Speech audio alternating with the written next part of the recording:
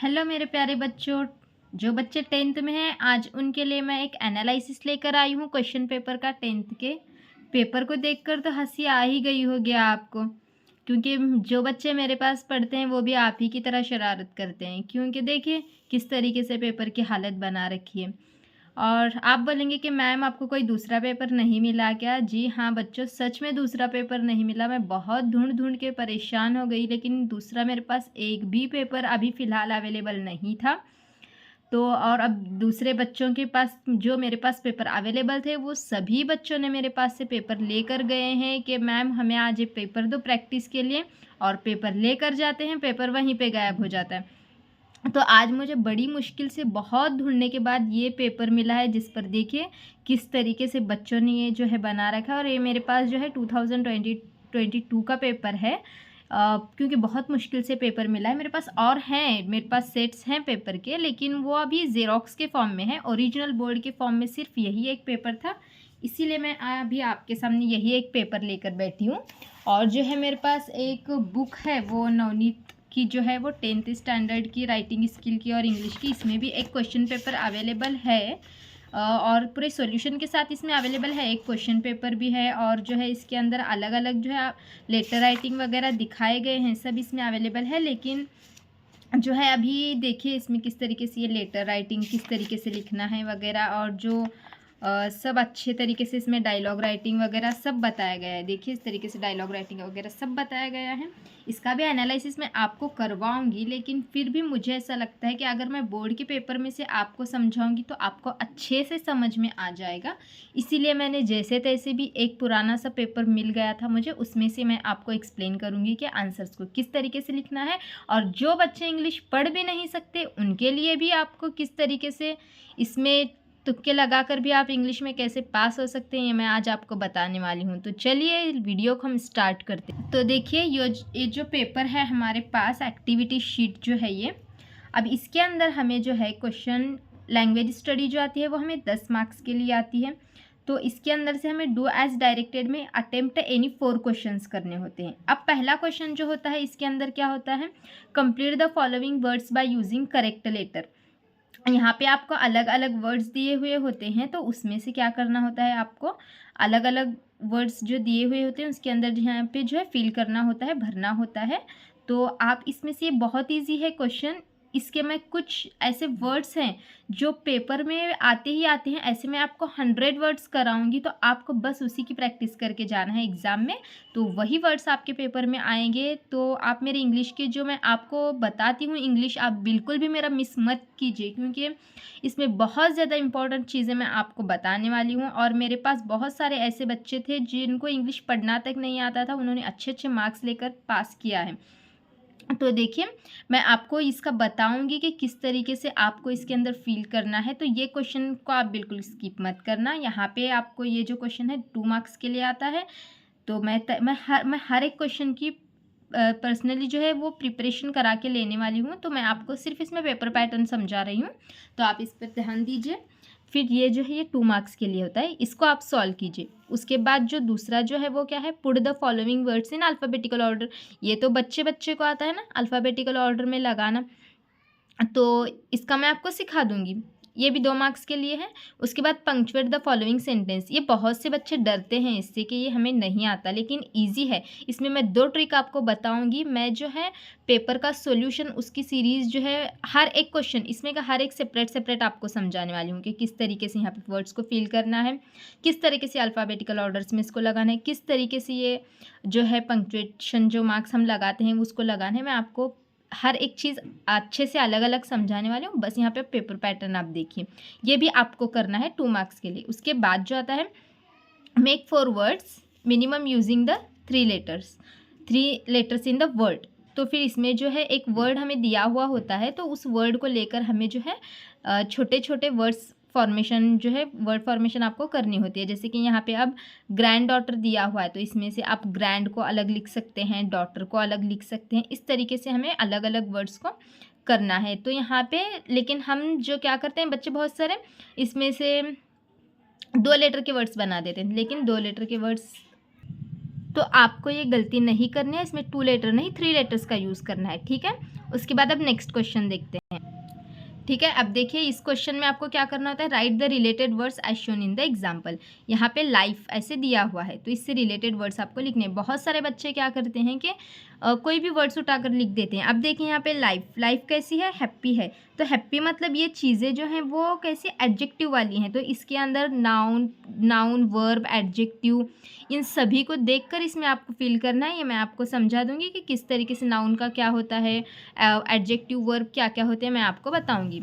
ये सब वैसे बच्चों ने भर रखा है, कोई भी, क्योंकि मेरे पास जो 9th वगैरह के भी बच्चे होते हैं वो भी पेपर लेकर जाते हैं। तो क्योंकि 9th 8th को भी इस तरीके से है ना, तो वो ये पेपर्स में जो है किसी तरीके से भी इसमें लिख चुके हैं, तो इसे थोड़ा आप एडजस्ट कर लीजिएगा।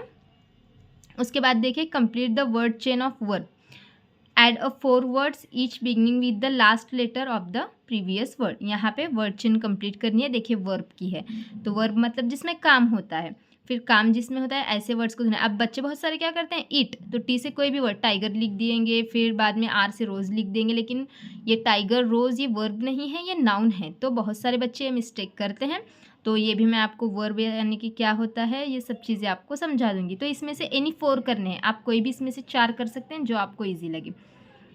यहाँ पे आपको जो है ये क्वेश्चन 10 मार्क्स के लिए होता है, ठीक है। ये जो पूरी लैंग्वेज स्टडी होती है आपको 10 मार्क्स के लिए होती है। उसके बाद जो है do as directed, do as directed में क्या होता है, अटेम्प्ट एनी वन करना होता है यहाँ पे।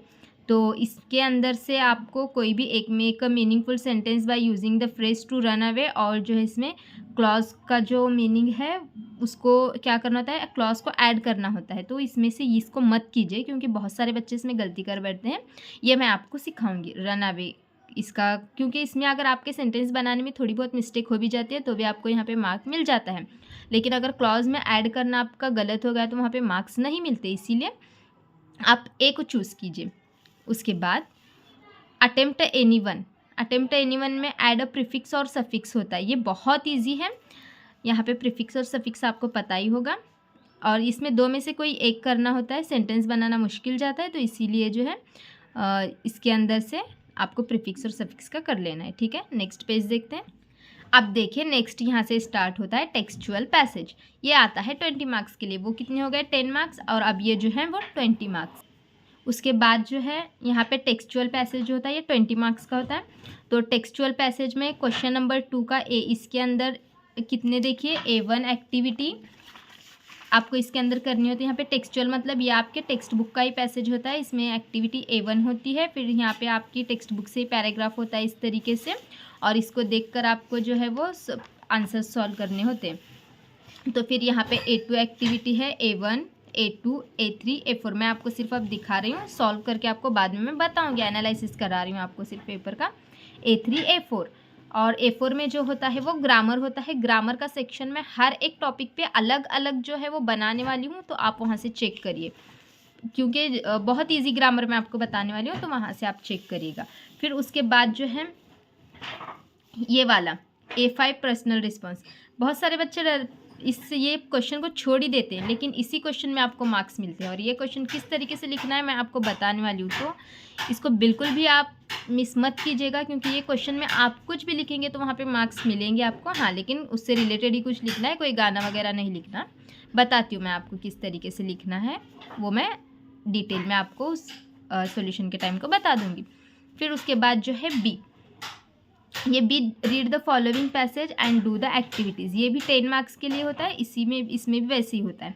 टेक्सचुअल पैसेज है B1 B2 B3 B4 और B5, इस तरीके से यहाँ तक देखिए ये जो क्वेश्चन है ये होते हैं आपके। सर ये जो पैसेज होता है ये वाला पैसेज जो है इसके अंदर एक पैसेज टेक्सचुअल होता है और एक जो नॉन टेक्सचुअल होता है, तो इसके अंदर ये 2 पैसेज टेक्सचुअल होते हैं। फिर ये B2 B3 B4 और ये B5 पर्सनल रिस्पॉन्स का होता है। तो जहाँ पे आपको ऑप्शन दिए होते हैं, देखिए ग्रामर में इस तरीके से जहाँ ऑप्शन दिए होते हैं डू एज डायरेक्टेड के अंदर, तो उस क्वेश्चंस को भी मिस नहीं करना है आपने। और मैं जो आपको ग्रामर पढ़ाऊँगी तो आप ग्रामर की टेंशन छोड़ ही दो बस अब। फिर उसके बाद देखिए यहाँ से जो आता है पोएट्री का सेक्शन, तो पोएट्री के सेक्शन में जो है एक्टिविटीज़ क्वेश्चन नंबर 3 का ए होता है, तो यहाँ पे A1, उसके बाद नेक्स्ट जो है वो A2 और A3, इसके अंदर एप्रिसिएशन ये A3 जो है वो वोकेबलरी टाइप होता है। और उसके बाद जो है B एप्रिसिएशन। एप्रिसिएशन को आपको बिल्कुल भी नहीं छोड़ना है, क्योंकि एप्रिसिएशन ये आपके हाथ के मार्क्स हैं 5 मार्क्स। तो एप्रिसिएशन में आपको क्या करना है मैं इसी पेपर में आपको बता देती हूँ। सिंपल सी ट्रिक है एक। तो एक ट्रिक आप यहाँ पे जान लीजिए। देखिए एप्रिसिएशन में यहाँ पे देखिए पोएम तो ख़त्म हो गई, तो यहाँ पे अब आपको पूछा जाता है एप्रिसिएशन ऑफ द पोएम के अंदर टाइटल तो ऑलरेडी होता ही है वहाँ पे। कहाँ पे होता है टाइटल? यहाँ पे। ये पोएम का जो है वो टाइटल होता है यहाँ पे, ठीक है। टाइटल के बाद आपको जो है यहाँ पे आपको हाफ मार्क्स मिल जाएगा, ठीक है। यहाँ पे हाफ मार्क मिल गया। उसके बाद देखिए name of the poet. Name of the poet and में होता है यहाँ पे, ये भी आपने लिखा है, यहाँ पे हाफ मार्क मिल गया आपको। उसके बाद राइम स्कीम। राइम स्कीम किस तरीके से निकालनी है जो मैं आपको सिखा दूँगी, वो अलग से सेक्शन में सिखा दूँगी, क्योंकि इसमें पॉसिबल नहीं है उतना सिखाना। तो राइम स्कीम ये 1 मार्क के लिए होती है। Figure of speech. Figure of speech आपको बिल्कुल समझे कुछ भी नहीं आता आपको लिखना। एलिट्रेशन लिख दीजिए और छोड़ दीजिए, क्योंकि एलिट्रेशन हर एक पार्ट में फिगर ऑफ स्पीच होती है, ठीक है। उसके बाद थीम और सेंट्रल आइडिया। थीम और सेंट्रल आइडिया आपको थोड़ा सा सोचकर लिखना होता है, लेकिन कुछ बच्चे ऐसे होते हैं हमें कुछ लिखना ही नहीं आता, तो उनके लिए क्या करना है कि देर आर लगाकर आप पोएम में के 4 पॉइंट उठाकर लिख दो। 2 में से 1 मार्क तो मिल ही जाएगा आपको वहाँ पे, क्योंकि बहुत सारे बच्चों को मैंने यही ट्रिक दी थी और उन्होंने ऐसे किया भी है, उनको मार्क्स मिले भी हैं, ठीक है। उसके बाद देखिए सेक्शन 4 जो होता है ये क्वेश्चन, इसके अंदर A1 में पैराग्राफ ही होता है। इसके अंदर ये नॉन टेक्सचुअल पैसेज होता है। जैसे हमने टेक्सचुअल पैसेज किया वैसे ही नॉन टेक्सचुअल पैसेज होता है। इसके अंदर भी जो है वो 5 एक्टिविटीज़ होती हैं। A1, फिर A2, उसके बाद A3, ये वोकेबलरी टाइप होता है, A3 हमेशा याद रखिएगा। फिर उसके बाद A4 में जो है वो क्या होता है, ग्रामर होता है। और उसके बाद जो है वो पर्सनल रिस्पॉन्स का क्वेश्चन होता है A5 में, ठीक है। उसके बाद जो आता है ये क्वेश्चन समरी राइटिंग का। समरी राइटिंग बहुत से बच्चे स्किप कर देते हैं, लेकिन मैं आपको एक ईजी ट्रिक बताती हूँ समरी राइटिंग की। आपको क्या करना है, समरी राइटिंग में आपने read the passage given question number 4A, मतलब ये वाला पीछे वाला पैराग्राफ, ठीक है। ये पीछे वाला जो पैराग्राफ यहाँ पे दिया हुआ है क्वेश्चन नंबर 4 का A। अब बहुत सारे बच्चे क्या करते हैं, समरी आगे ढूंढते हैं। क्वेश्चन आगे नहीं होता, पीछे होता है समरी का क्वेश्चन। तो समरी के क्वेश्चन में आपने क्या करना है, क्वेश्चन नंबर 4 का A, इसकी समरी आपने लिखनी है। तो इसको टाइटल भी सजेस्ट करना होता है। तो टाइटल सजेस्ट करने के लिए आपको क्या करना है, देखिए यहाँ पे पीछे जाना है, मतलब जो हमने देखा था क्या है यहाँ पे, according to the some experts staggering 93% of our daily communication is non verbal. आपकी पहली लाइन में ही टाइटल छुपा हुआ होता है। पहली एक लाइन पढ़ लेनी है, उसके अंदर ही टाइटल छुपा होता है। तो यहाँ पे अब इसमें से अकॉर्डिंग टू, यहाँ अकॉर्डिंग से आपने वर्बल तक पढ़ लिया। इसमें से आपको अच्छा मतलब ऐसे इफ़ेक्टिव क्या दिख रहा है, मुझे तो जो अब पढ़ने के बाद क्या दिख रहा है effective, communication, our daily communication is non verbal. क्या दिख रहा है यहाँ पे मुझे थोड़ा इफेक्टिव, लाइन देखना है, स्टार्टिंग से एंड तक लाइन देखना है, एक फुल स्टॉप तक एक लाइन देखना है, ठीक है। उस लाइन में एक तो आप स्टार्टिंग के 3 से 4 वर्ड्स हेडिंग डाल सकते हैं, या फिर इस एंड के 3 से 4 वर्ड्स हेडिंग डाल सकते हैं। अब मुझे यहाँ पे our daily communication is non verbal ये इफेक्टिव लग रहा है, तो मैं इसको यहाँ से यहाँ तक उठाकर मैं क्या करूँगी, हेडिंग, मैं ट्रिक बता रही हूँ आपको सिंपल से, ठीक है। हेडिंग डाला आपने, 1 मार्क आपको मिल गया, ठीक है। उसके बाद अब समरी लिखनी है। समरी आपको 5 मार्क्स है, तो 5 मार्क्स के लिए आपको कम से कम 10 लाइन्स लिखने हैं।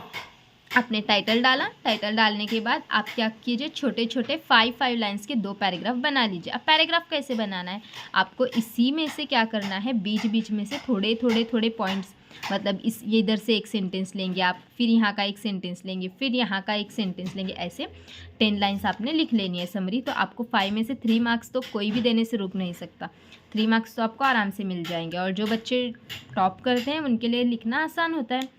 तो ठीक है, अब मेन सेक्शन आता है हमारा यहाँ से। ये सेक्शन बहुत बच्चे छोड़ देते हैं, लेकिन पासिंग मार्क्स इसी में छुपे हुए होते हैं। तो पासिंग मार्क्स के लिए ये सेक्शन बहुत ज़रूरी है। लेटर राइटिंग, लेटर राइटिंग में आपको बिल्कुल भी डरना नहीं है, क्योंकि लेटर राइटिंग का जो सेक्शन है इसमें ये आपको, ये जो राइटिंग स्किल का जो सेक्शन होता है, ये आपको कुछ भी लिखिए आप, इसमें आपको मार्क्स देना ही देना पड़ता है एग्जामिनर को। इसीलिए लेटर राइटिंग को आप बिल्कुल मिस मत करना। तो लेटर राइटिंग में आपने 2 क्वेश्चन आपको दिए होते हैं, इनफॉर्मल लेटर और दूसरा है फॉर्मल लेटर। इसमें से आपको क्या करना है, इनफॉर्मल लेटर को चूज़ करना है। और इनफॉर्मल लेटर किस तरीके से लिखना है, मैंने इसकी एक लॉन्ग वीडियो अपलोड की हुई है, आप वहाँ से चेक कीजिए, ठीक है। उसके बाद यहाँ पे एक सॉल्व हुआ। और ये भी बता रही हूँ कि जिन बच्चों को पढ़ना नहीं आता वो भी बच्चे लेटर लिख सकते हैं। तो यहाँ वहाँ से जो है वो लॉन्ग वीडियो मैंने डाली है, उसके अंदर आप चेक कर लीजिए। फिर उसके बाद जो आता है यहाँ पे ये पॉइंट दिए हुए हैं लेटर राइटिंग के, इसी को उठाकर आपको लेटर राइटिंग में लिखना है। तो किस तरीके से लिखना है वो मेरा एक वीडियो है लॉन्ग, आप वहाँ से चेक कीजिएगा, ठीक है। उसके बाद देखिए अब आता है B1 और B2। B1 और B2 में से आपको कोई एक एक्टिविटी करनी होती है। तो B1 और B2 में से आप हमेशा चूज़ कीजिएगा B1 एक्टिविटी। B1 ये डायलॉग राइटिंग है, डायलॉग राइटिंग ही आपको करना है। डायलॉग राइटिंग किस तरीके से लिखना है ईजी मेथड में आपको अलग से वीडियो में बताऊंगी, ठीक है। ए क्वेश्चन हुआ, बी का हुआ। अब आएंगे क्वेश्चन नंबर 6 का, इंफॉर्मेशन ट्रांसफ़र पे। इंफॉर्मेशन ट्रांसफ़र, इसमें से भी आपको कोई एक एक्टिविटी करनी होती है, A1 और A2। इसके अंदर देखिए नॉन वर्बल टू वर्बल ये एक क्वेश्चन होता है, और दूसरा जो क्वेश्चन होता है वो क्या होता है, वर्बल टू नॉन वर्बल। दो में से कोई एक क्वेश्चन आपको करना होता है। तो इसमें से मैं आपको सजेस्ट करूँगी कि आपको जो ईजी लगता है वो आप कीजिए। अब कुछ बच्चे ऐसे होते हैं कि उन्हें जिन्हें बिल्कुल भी इंग्लिश नहीं आता, तो जिन्हें बिल्कुल भी इंग्लिश नहीं आता वो नॉन वर्बल टू वर्बल को फॉलो करें। क्यों? क्योंकि इसके लिखने का मैं एक तरीका बताती हूँ आपको। क्या करना है, सिर्फ ये जो हेडिंग दिखती है इसको उठाकर यहाँ पे हेडिंग लिखना है। उसके बाद हर पॉइंट के पहले आपको लगाना है देर आर। क्या लगाना है? There are. और देर आर लगाकर पूरे पॉइंट्स आपको लिख लेने हैं। फिर पूरे पॉइंट्स आपको कैसे, देर आर फ्यूचर, मतलब अब यहाँ पे ये थोड़ा इफेक्टिव नहीं है, लेकिन जो बच्चे कुछ भी लिख नहीं सकते वो अगर इतना भी लिख लेंगे तो आपको यहाँ पे 3 मार्क्स मिल जाएंगे। तो there are future prospects career factors, there are family profession career factors. इस तरीके से आप सेंटेंस बना बना कर थोड़ा थोड़ा, अगर कुछ भी समझ में नहीं आ रहा तो सिर्फ इसको हेडिंग डालिए, there are future prospects full stop, there are family professions full stop. इतना तो आप कर लीजिए, आपको 3 मार्क्स मिल जाएंगे इसके। लेकिन जो बच्चों को अच्छे से इंग्लिश समझती है, लिखना आता है, बोलना आता है, उनको मैं अलग से ये भी बताऊंगी किस तरीके से वर्बल टू नॉन वर्बल करना है और नॉन वर्बल टू वर्बल करना है, किस तरीके से लिखना है मैं आपको ये सिखाऊंगी। उसके बाद आता है लास्ट सेक्शन, लास्ट वाला पार्ट ट्रांसलेशन का। ट्रांसलेशन के पहले जो है वो आपको B1 और B2 में आपको करना होता है न्यूज़ रिपोर्ट और स्टोरी राइटिंग। तो आपको इसमें से मैं आपको बताती हूँ कि स्टोरी राइटिंग मत कीजिएगा, आप न्यूज़ रिपोर्ट कीजिए। क्योंकि न्यूज़ रिपोर्ट में क्या होता है, हेडलाइन को 1 मार्क होता है, और हेडलाइन यहाँ पे ऑलरेडी आपको दी हुई होती है। आपने इतनी हेडलाइन भी लिखी तो आपको 1 मार्क मिल जाएगा। फिर उसके बाद डेटलाइन को 1 मार्क होता है। डेटलाइन मतलब आपको क्या करना होता है, आज की जो वो डेट जो है 1 दिन पहले की डालनी है, यहाँ पे डेट डालनी है, 2 इस तरीके से डॉट लगाना है और यही हेडिंग को रिपीट यहाँ पे लिखना है, ठीक है। डेटलाइन मतलब यहाँ पे सिटी का नेम और डेट डालकर इस तरीके से 2 डॉट देकर यहाँ से यहाँ तक वापस हेडिंग को लिखना है। तो ये आपकी डेटलाइन हो गई। यहाँ पे आपको 2 मार्क्स मिल गए। फिर अगर बॉडी वगैरह लिखने के लिए आपको ये समझ में आ रहा है तो आप लिखिए। और बहुत सारे बच्चों का ऐसा होता है कि हमें लास्ट में टाइम ही नहीं मिल रहा है, हमारा छूट गया, तो आप इतना भी करेंगे तो आपको 2 मार्क्स मिल जाएंगे ना, तो ये उतना कीजिए। फिर उसके बाद लास्ट जो आता है वो ट्रांसलेशन का। पेज देखिए यहाँ पे फट चुका है, पेज अवेलेबल नहीं है इसका मेरे पास अभी। तो लास्ट का जो सेक्शन है वो ट्रांसलेशन का होता है। ट्रांसलेशन का मेरे पास अब जो बुक है मैं उसमें से आपको बता देती हूँ कि किस तरीके से ट्रांसलेशन का पार्ट आपको करना है। ट्रांसलेशन के अंदर देखिए यहाँ पे क्या होता है, इस तरीके से आपको दे रखा होता है। ट्रांसलेशन में पहले जो है वर्ड्स को ट्रांसलेट करना होता है, उसके बाद जो है सेंटेंसेस को ट्रांसलेट करना होता है, और उसके बाद जो है वो एडम्स या प्रूवर्ब्स होते हैं उसे ट्रांसलेट करना होता है। तो मैं इसके कुछ आपको 50 वर्ड्स और 30 to 40 आइटम्स वगैरह दूंगी, आप बस उतने ही करके जाइएगा। आप उसमें से पासिंग आप जो है पूरा जो 5 out of 5 मार्क्स उसमें से मिल सकते हैं आपको। तो देखिए ये हमारा आज का जो पेपर है इसका एनालिसिस हो गया है। वीडियो अच्छा लगा तो लाइक शेयर सब्सक्राइब ज़रूर करें, और हमारे चैनल पर जो है वो मैथमेटिक्स की मैं इंपॉर्टेंट सेंड करने वाली हूँ, जो भी इंपॉर्टेंट क्वेश्चंस वगैरह हैं आपको शेयर करूँगी आपके साथ। तो प्लीज़ चैनल को सब्सक्राइब और सपोर्ट करें। और जो इंपॉर्टेंट क्वेश्चंस वगैरह हैं मैथ्स के, साइंस के, इंग्लिश के, सभी सब्जेक्ट के मैं आपको देने वाली हूँ। तो चैनल को सब्सक्राइब, वीडियो को लाइक और शेयर ज़रूर करें। चलिए मिलते हैं नेक्स्ट वीडियो में, बाय।